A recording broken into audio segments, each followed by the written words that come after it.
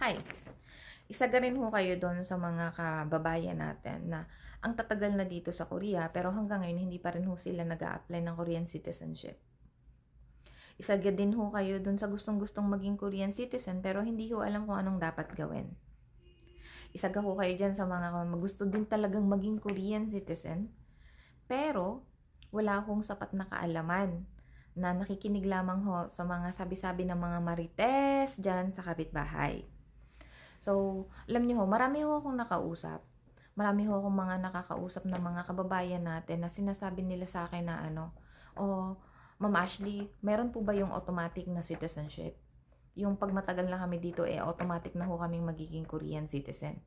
Well, masasabi ko ho dyan, hindi ko pa ho narinig yung batas na yan at wala hong ganyan sa Korea. Kung may ganun di sana yung iba hindi na nagpakahirap, ano. So, ayan. So, yung iba din naman hindi daw ho ipinagpre-prepare. Hindi daw ho sila tinutulungan nila hindi daw ho sila tinutulungan ng asawa nilang Korean. Tapos yung iba naman nagsasabi, wala ho akong samchon manon or wala ho kaming mga wala ho kaming assets, wala ho kaming mga ganito, ganyan. Yun ho mga dahilan. So, ito, tatalakayin ho natin kung ano yung mga dapat nyong gawin kung gusto nyong magpa-Korean. So, sana makatulong ang video na ito. So, ayan. Unang-una, unahin ho natin ay yung ano ba yung criteria. So, isa sa criteria ay dapat ho kayo na at least ay nakapag-stay dito sa Korea ng halos 3 taon.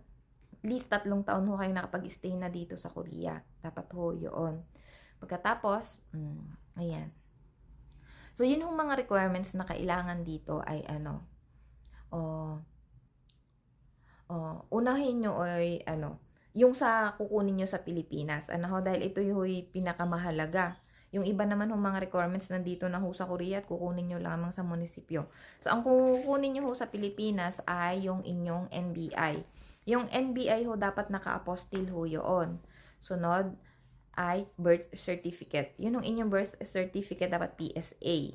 Hindi nyo na ho kailangan ipa-apostil yun. Tapos marriage contract. Minsan ho hinahanap po yung marriage contract, yung PSA marriage contract.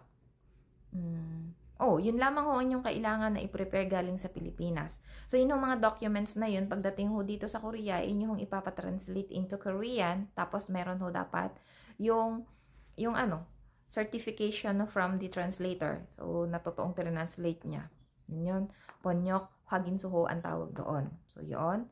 Next, ano hong kailangan nyo pang i-prepare? So, yun hong mga documents na inyong gagamitin dyan, bukod ho dun sa inyong documents na kinuha sa Pilipinas, ay mga documents na ng inyong mga asawa. So, ito yung kukunin nyo lamang ho yan sa Samyeon Samuso. So, ito ho, isulat nyo ho. Pero kung kailangan nyo ho ng list, tawagan nyo lamang ho ako or i-message nyo lang ho ako. Nakalink naman ho yung Facebook ko para mas madali, mas-send ko sa inyo yung list ng documents na kailangan ng list. So, kailangan ho ninyo ay yung sa Samuso na inyong kukunin lamang dapat ho meron ho kayong 기본 증명서, 혼인 관계 증명서, 가족 관계 증명서, 주민등록번호, 주민등록증, yung copy. Tapos kung kayo ho ay may mga anak, so 가족 관계 증명서 ng inyong mga anak, bawat anak ho. So yan, tapos yung inyo naman ho, yung sa inyo mismo is yung inyong passport, yung inyong ID. Ayun, yung ID. Tapos dun ho sa sinasabi na assets o yung mga ari-arian, alam niyo, hindi niyo naman ho kailangan na marami ho kayong pera. Dahil yung iba sabi sa akin, wala daw silang samchon manon. Alam niyo, kahit wala ho kayong samchon manon, maaari ho kayong mag-apply ng citizenship. As long as meron ho kayong trabaho. So kung kayo ho ay may samchon manon sa bangko, okay na ho yan. Okay ho yan, makakapag-apply ho kayo. Kung wala naman ho kayong samchon manon, pero meron ho kayong trabaho, meron ho kayong sade pohom, yung insurance, regular ho kayo sa trabaho, pwede din ho kayong mag-apply. Tapos, wala hong ari-arian yung inyong asawa. Wala hong trabaho inyong asawa. Pero, nag-trabaho kayo ay may trabaho mismo, maaari din ho kayong mag-apply.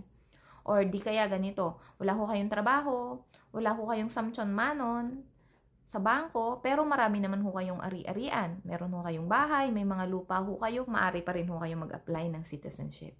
So, isipin nyo lang ho na ano, dapat ho yung total amount nung inyong pinaghasama-sama na mga ari-arian, yung inyong sinesweldo, nasa Samchon Manon. So, yun ho yun. Mamili lang ho kayo.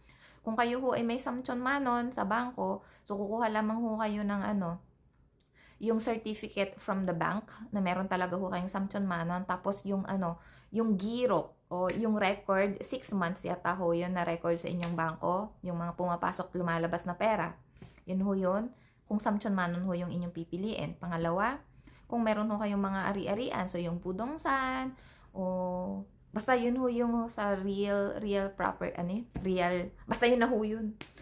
Pudongsan. Bakit nabobo ko bigla? Basta yun yung ari-arian nyo, lupa, bahay, bla bla bla, ganon.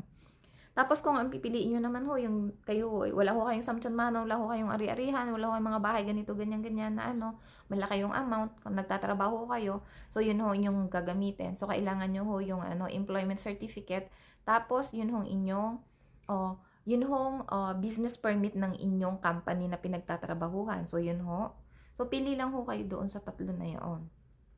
Tapos sa tirahan naman ho, dapat ho ay meron kayong bahay. May tirahan ho kayo. Kung hindi nyo ho pag-aari yung bahay, dapat ho yung ano, yung gehekso.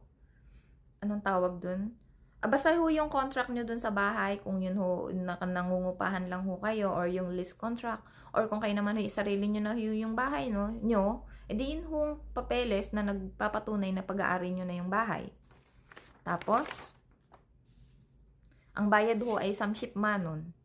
O di ka ho, ang easy ho, sobra hong dali lamang ho. Pagkatapos, ipapasa nyo lamang ho yung mga documents na yan sa immigration. Pagkatapos ho yan, maghintay lang ho kayo, natawagan ho kayo para sa inyong interview. Kasi i-screen pa ho nila yan kung ano ho, yung mga kulang pa. Alam niyo yung mga sinabi ko ho sa inyo, mga requirements, yan ho ay basic requirements lamang ho yan. So, depende ho yan dun sa sa officer na maghahawak ng inyong application, kung ano pa ho yung mga gusto niyang idagdag na requirements sa inyo. So, tatawagan naman ho kayo niyan. So, yun na nga. Pag napasa nyo na ho yung requirements na yun, screen ho nila yan doon. Pagkatapos ho, hintayin nyo lang ho yung tawag from immigration or yung notice para sa inyong interview. Dahil, kung kayo ho naman ay normal yung pagsasama ng inyong mag-asawa, ng inyong asawa, oh my God, bakit ako nabubulol? So, normal ho yung pagsasama nyo ng inyong asawa, hindi pa ho kayo divorce. So, wala ho kayong written exam, lamang ho, interview lamang ho. So, kailangan nyo lamang maipasa yung inyong interview. So, kapag nakapasa na ho kayo sa interview, so, maghintay lang ho kayo ng ilang buwan. Pagkatapos ho, tatawagan ho ulit kayo niyan para naman ho dun sa final, mag-sign ho kayo ng, yun na nga, manunumpa na ho kayo dun, magsasign ho kayo nung kukchok, pulheng, soyak-soyataan tawag ho doon, or kung i-give up nyo yung inyong pagiging Filipino. So, yun lamang ho. I hope medyo nakatulong sa inyo. Kung kailangan nyo ho yung mga list ng mga requirements, meron ho ako nyan. I-message nyo lang ho ako sa Facebook. Hanapin nyo lang ho yung Facebook ko, Ashley Jong. Dyan ho sa bio ko makikita nyo naman, parang nakalink ho dyan yung Facebook ko kung kailangan nyo yung list. So, pasensya na ho, yung medyo nabubulol ho ako. Hindi ko din ho talaga alam bakit.